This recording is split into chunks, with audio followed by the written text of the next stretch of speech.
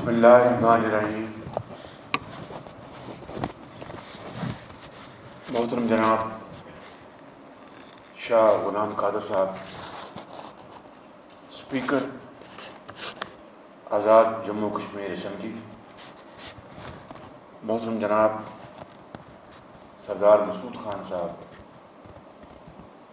صدر آزاد جموں کشمیر، اور محترم جناب راجہ فاروق حیدر صاحب، وزیر اعظم آزاد جموں کشمیر، میرے واجب الاحترام ممبران اسمبلی آزاد جموں کشمیر، جناب راجہ Pervaiz Ashraf sahib, parliamentary party head Pakistan Peoples Party, جناب مولانا اسد صاحب، پارلیمنٹری ہیڈ جمعیت علماء اسلام نیشنل اسمبلی، جناب احسن اقبال صاحب، جنرل سیکرٹری پاکستان مسلم لیگ نون، جناب ممبران آل پارٹیز حریت کانفرنس، مہاجرین کشمیر، میں ان کو مہاجرین نہیں کہتا اس لیے کہ الحمدللہ انصار مدینہ کی مثال کو سامنے رکھتے ہوئے آپ ہمارے گھر کے افراد ہیں، صرف آزاد کشمیر میں نہیں بلکہ پورے پاکستان میں۔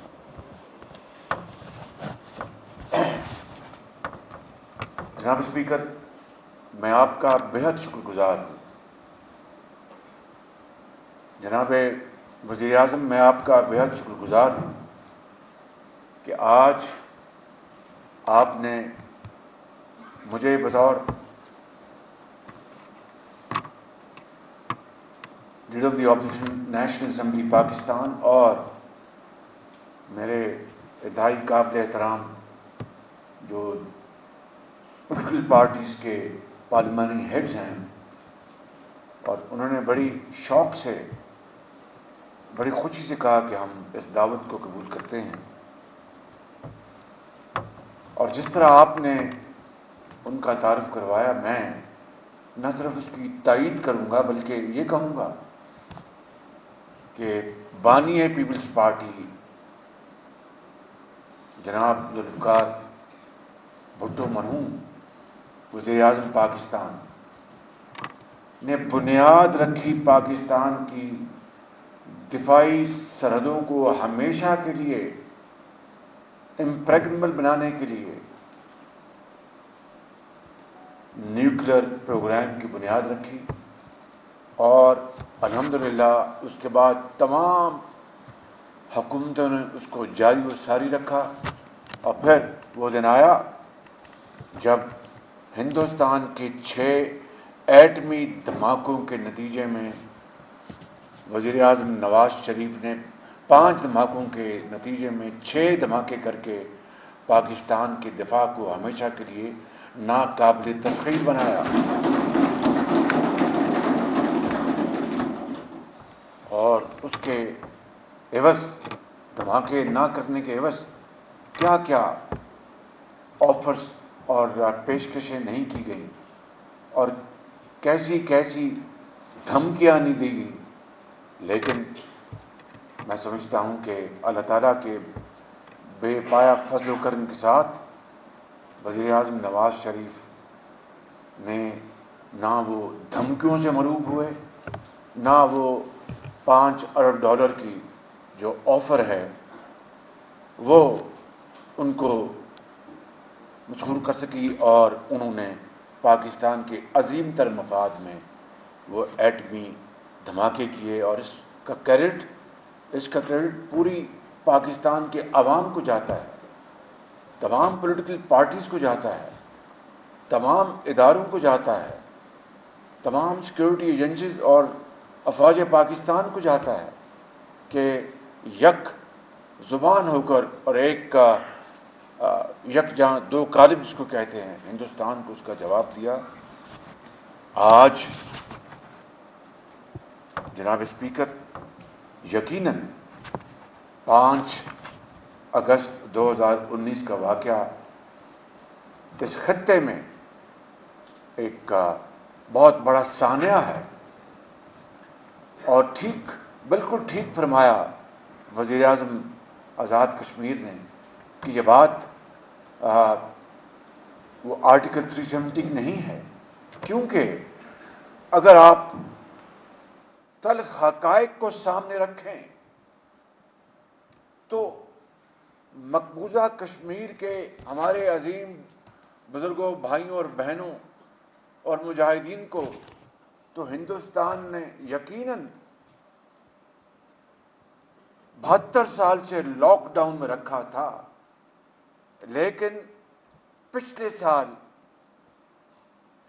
جو آرٹیکل 370 کا استعمال کر کے مودی سرکار نے، جو کہ گجرات کے مسلمانوں کا قاتل ہے اور کشمیر کی وادی میں بہنے والے معصوم کشمیریوں کا وہ قاتل ہے، اس نے یہ اقدام کر کے دنیا کو جو پیغام دیا وہ یہ پیغام تھا کہ میں مودی جو مسلمانوں کا دشمن ہوں، مسلمانوں کا قاتل ہوں، آج کشمیر کے اوپر میں غاصبانہ قبضہ مکمل کر رہا ہوں. اور یہ چیلنج صرف پاکستان کے عوام کو نہیں تھا، یہ چیلنج صرف پاکستان کی اسٹیٹ کو نہیں تھا، یہ چیلنج اس نے پوری دنیا کو دیا. اور جس میڈیشن کی بات کی پرائم منسٹر آزاد کشمیر نے، جنہوں نے آفر دی، ایک مرتبہ نہیں 2 مرتبہ، اور کل بھی میں نے اپنی اسپیچ میں اور بلاول بھٹو صاحب نے اپنی اسپیچ میں اس کا بھرپور ان چیزوں کا ذکر کیا. بدقسمتی سے مولانا اسد صاحب کو وقت نہ ملا، وگرنہ فرزند مولانا فضل الرحمان جو خود کشمیر کاز سے اور کشمیر کمیٹی سے سارا سال منسلک رہے ہیں، انہوں نے بھی انہی خطوط پر بات کرنی تھی کہ آج یہ پاکستان کے لیے نہیں بلکہ تمام عالم اسلام کے لیے اور عالمی دنیا کے لیے ایک چیلنج ہے کہ کشمیر کے نہتے مسلمانوں کے اوپر جن کی آزادی کی کمٹمنٹ سیکورٹی کاؤنسل نے دی ہے بذریعہ پلیبسائٹ کے، یونائٹڈ نیشنز کی قراردادوں نے دی ہے، خود لوک سبھا میں اس زمانے کے وزیر اعظم نہرو نے اس حوالے سے ایشورنس دی تھی، اس کی دھجیاں اڑائی گئیں. 5 اگست 2019 کو 70 سال میں ظلم و ستم تو چلتا رہا، وہ ساری کہانی پوری دنیا جانتی ہے. میں نے جب کل نیشنل اسمبلی میں اپنی جو اسپیچ میں باقی جو تاریخی حوالے دیے، میں آج وہ تاریخی حوالے نہیں دینا چاہتا. میں یہ کہنا چاہتا ہوں کہ آج ہمیں اپنا کردار ادا کرنا ہوگا. ہمیں سفارتی لیول پر حد المقدور کشمیر کاز اور مودی کے ظلم و ستم کو دنیا کے آگے اس کو ایکسپوز کرنے کے لیے ہمیں بطور ایک قوم اپنا جامع اور عملی کردار ادا کرنا ہوگا، لفاظی کے ساتھ نہیں، الفاظوں کے ساتھ نہیں. اور جس طرح وزیر اعظم نے کہا کہ اب ہمارے پاکستان کے نقشے میں کشمیر کا نقشہ، پورے مقبوضہ کشمیر کا نقشہ بھی اس کا حصہ بن چکا ہے، تو اسکولوں میں تو یہ آج بھی یہ اس کا حصہ ہے، لیکن آج ہم نے اس کا حصہ بنایا ہے تو پھر ہم عملی طور پر ہم اس کا مظاہرہ کریں نہ صرف اتفاق سے، نہ صرف اتحاد سے، بلکہ قوت ایمانی کے ساتھ. میں یہ نہیں کہہ رہا کہ اس کے لیے ہمیں کوئی ایٹمی جنگ چھیڑنی چاہیے. ایٹمی طاقت اللہ تعالیٰ نے بے پایا فضل و کرم سے پاکستان کو عطا کی اپنی خاص مہربانی سے, to be a very very effective deterrent. آج یقیناً جو اگر کوئی کہتا ہے کہ مودی پاکستان ویزے کے بغیر نہیں آ سکتا, I think he should see things for himself. کہ ویزا دور کی بات ہے, یہ دشمن, ازلی دشمن پاکستان کو ایٹمی طاقت بننے سے پہلے بھی اور بات خاص طور پر میلی آنکھ سے نہیں دیکھ سکتا, کہ وہ جانتا ہے کہ اگر میلی آنکھ سے دیکھا تو وہ آنکھیں نکال کر یہ قوم اپنے پاؤں تلے رون دے گی. لیکن معاملہ یہاں پر ختم نہیں ہوتا. ہمیں ان تمام پلس پوائنٹ کے ساتھ, اور الحمدللہ یہ ایٹمی طاقت, یہ خطے میں امن کی سب سے بڑی گارنٹی ہے پاکستان کا ایٹمی طاقت ہونا, مگر خطے میں امن تبھی قائم ہوگا کہ کشمیریوں کو ان کا حق ملے گا. اور پھر اگر ایٹمی طاقت ہوتے ہوئے ہم اس کو ان کا حق دلوانے میں اپنا پورا حصہ نہ ڈالیں اور حت المقدور کاوشیں نہ کریں, دن رات اس کے لیے محنت نہ کریں, تو پھر ہم کشمیریوں کا یہ قرض نہیں چکا سکیں گے. اور یہ بات انہونی نہیں ہے.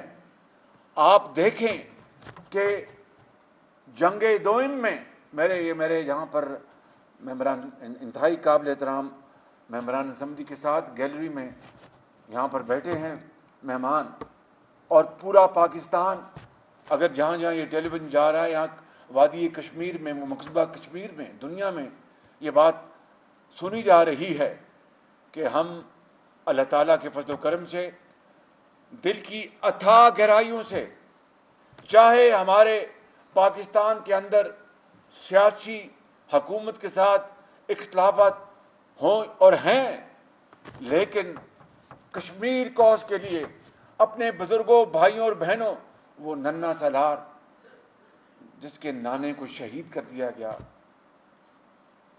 وہ برہان وانی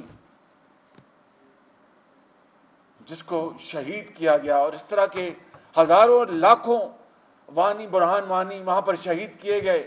لیکن آج پاکستان اپنے دل پہ ہاتھ رکھ کے کہے اور اس بات کا عہد کرے کہ ہم نے ہر وہ طریقہ اور ہر وہ حربہ استعمال کرنا ہے جو کہ جائز ہے کشمیریوں کو ان کا حق دلوانے کے لیے. اگر جنگ دوئم میں جاپان اور جرمنی ان دونوں کو شکست فاش ہوتی ہے اور they are raised to ground by the allied forces, اور صرف 50-60 سالوں میں یہ دونوں قومیں شبانہ روز محنت کر کے, شبانہ روز امانت اور دیانت سے دوبارہ اپنا دنیا میں سکہ جماتے ہیں.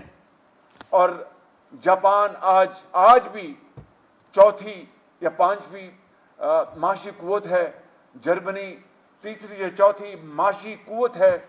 تو کیا یہ معمولی بات؟ It's a miracle. کسی جادو ٹونے سے یہ نہیں ہوا, کسی یعنی ایک خواب دیکھ کر یہ باتیں نہیں ہوئیں. انہوں نے مسلسل قربانی, امانت اور دیانت کو اپنا شعار بنایا اور تمام مشکلات کو عبور کیا, پہاڑ نما مسائل کو حل کیا, ایک ایسے فیصلے کے ساتھ کہ انہوں نے یہ فیصلہ کر لیا کہ ہم اپنی شکست کو مسلسل محنت میں ہم عزت اور وقار میں بدلیں گے. اور آج آپ دیکھیں جرمنی, آج اس کا پورے یورپ میں اس کا توتی بولتا ہے. کس طرح پھر جرمنی 90 کی دہائی میں یعنی ناممکنات کو ممکنات میں بدل دیا اس نے. کون نہیں جانتا کہ روس ایک بہت بڑی قوت تھی؟ کون نہیں جانتا کہ جرمنی کے اتحاد میں بڑی رکاوٹیں تھیں؟ اور اس کی ایک نہیں کئی مثالیں ہیں. لیکن وہ تمام رکاوٹیں دور ہو گئیں.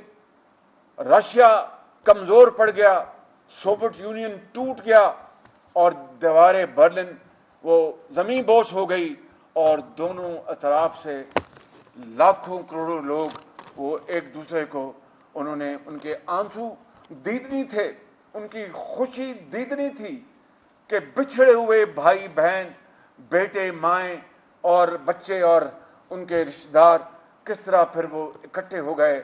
اور یہ کس طرح ممکن ہوا؟ کوئی جادو نہیں تھا، کوئی طلسم نہیں تھا. خدا رسول کی قسم، وہ صرف اور صرف وہ شبانہ روز محنت تھی کہ جرمنی کے عوام نے کی.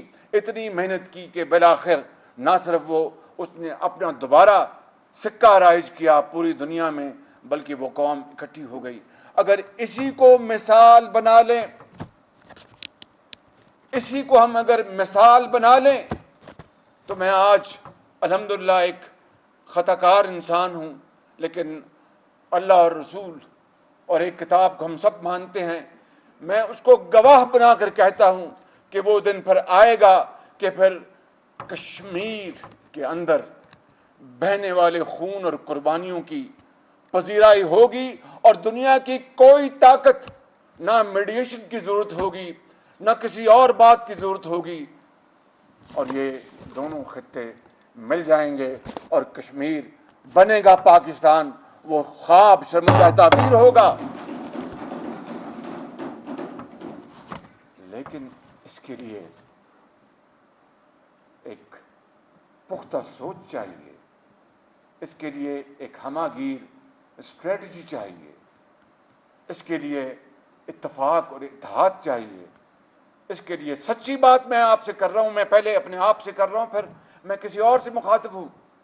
اس سے ملک کے اندر غربت کے خاتمے کے لیے ضرورت ہے. بیکاری پن کو دفن کرنا ہوگا، کشکول کو توڑنا ہوگا. ایزیئر سیڈ دین ڈن، مگر یہ ناممکن نہیں ہے. میں نے آپ کو ابھی مثالیں دی ہیں. یہ کیا ہوا کہ پاکستان جو عالم اسلام کا ایک ستارہ تھا، اور میرے خیال میں ابھی بھی ہے، لیکن خطے کے بعض چھوٹے ممالک ہم سے آگے نکل جائیں، ان کے جو سکے کی وہ جو قیمت ہے وہ ہم سے آگے ہو جائے، اور ہم ایک ایٹمی طاقت ہوں.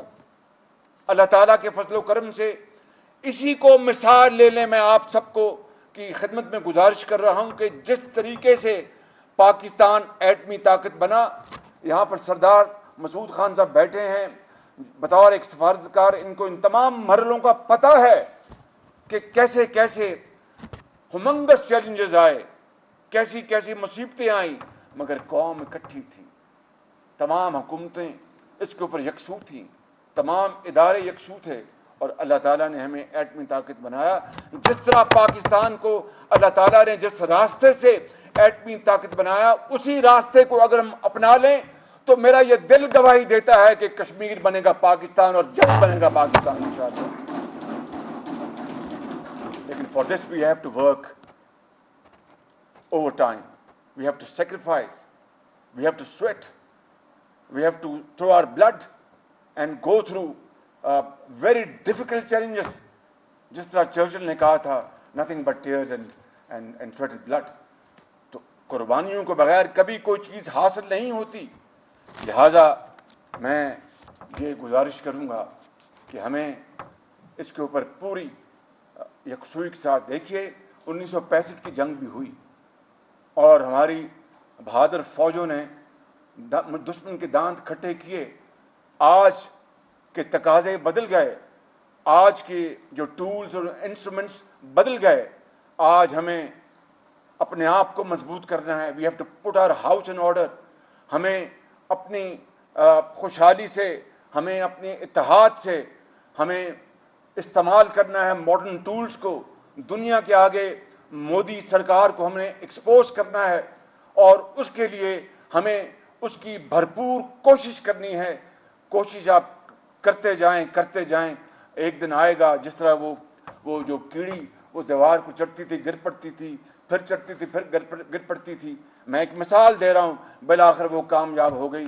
ہم تو اللہ تعالیٰ کے فضل و کرم سے یہ 22 کروڑ عوام کا پاکستان ہے، ایٹمی طاقت ہے اور زمینیں ہیں، ہر چیز موجود ہے اور کمٹمنٹ بھی ہے، وسائل بھی ہیں، اذہان بھی ہیں، ہر چیز ہے. اگر کمی ہے تو دیٹ ول ٹو ڈو. اگر وہ ول ٹو ڈو کا گیپ برج ہو جائے اور ہم یہ تہیا کر لیں کہ ہم اپنے تمام اختلافات ایک طرف دفن کرتے ہیں اور ہم اپنے جو میجر ہمارے جو اہداف ہیں اس کے لیے ہم چلیں، جس میں کشمیر کی آزادی شامل ہے، جس میں پاکستان کی معاشی حالت کو بدلنا ہے اور ہم نے بیگر کا جو ہمارا جو ایک سٹیٹس ہے اس کو ہم نے چینج کر کے ٹرانسفارم چوزر میں کرنا ہے. یہ تبھی پھر ہم اس معاملے کو آگے لے کے چلیں گے، وگرنہ کشمیریوں کا قرض ہم پر ہمیشہ قائم رہے گا. اور کم از کم میں سمجھتا ہوں کہ جن کے دلوں میں درد ہے اور خوف خدا ہے، وہ ان کو رات کو آج بھی نیند نہیں آتی کہ کس طرح وہاں پر ہمارے بھائیوں، بزرگوں اور بہنوں سے ظلم کیا جاتا ہے. میں اپنے قائد محمد نواز شریف کی قیادت میں پاکستان مسلم لیگ نون اور یقیناً میرے جو پولیٹیکل پارٹیز کے یہاں پر قائدین ہیں ان کی بھی قیادت اس عہد کو دہرانا چاہتا ہوں کہ ہمارا جینا مرنا کشمیریوں کے ساتھ ہے اور ہم کشمیریوں کی دلیری، ان کی قربانیوں کو، ان کے جہاد کو ہم سلام پیش کرتے ہیں. اور جس طریقے سے وہ آج کھڑے ہیں ان تمام تر مصائب کے باوجود، اگر ہم نے ان کا ہاتھ تھامے رکھا مضبوطی کے ساتھ اور عملی اقدامات کے ساتھ، تو یقیناً وہ اس بات کو کبھی نہیں بھولیں گے.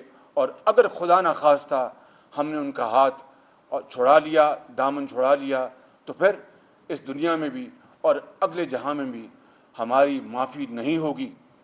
میں محترم سید گیلانی، جناب یاسین ملک، میر وائز عمر فاروق، محترمہ آسیہ اندرابی سمیت تمام محترم کشمیری قائدین، رہنماؤں اور کارکنان کو زبردست خراج تحسین پیش کرتا ہوں. یہ مرد آہن قوم کے وہ سالار ہیں جنہوں نے طوفانوں، آندھیوں اور ہر بلا کا دلیری سے اور جرأت سے مقابلہ کیا. کوئی اندھیری یا اندھیر نگری انہیں اپنے اصولی موقف سے ہٹا نہیں سکی. اور یقیناً میں سمجھتا ہوں کہ ان کی بہادری، ان کی شجاعت، ان کی قربانیاں، ان کا ولولہ انشاءاللہ یہ اللہ تعالیٰ کے فضل و کرم سے یہ رائے گا نہیں جائے گا. صرف اپنے لیے اور پاکستان کے لیے میں یہ پیغام دینا چاہتا ہوں کہ اگر کشمیر بنے گا پاکستان کے نعرے کو ہم نے شرمندہ تعبیر کرنا ہے، تو پھر میں اس شعر کے ساتھ اپنی بات ختم کروں گا. ہو صداقت کے لیے جس دل میں مرنے کی تڑپ، ہو صداقت کے لیے جس دل میں مرنے کی تڑپ، پہلے اپنے پیکرے خاکی میں جاں پیدا کرے.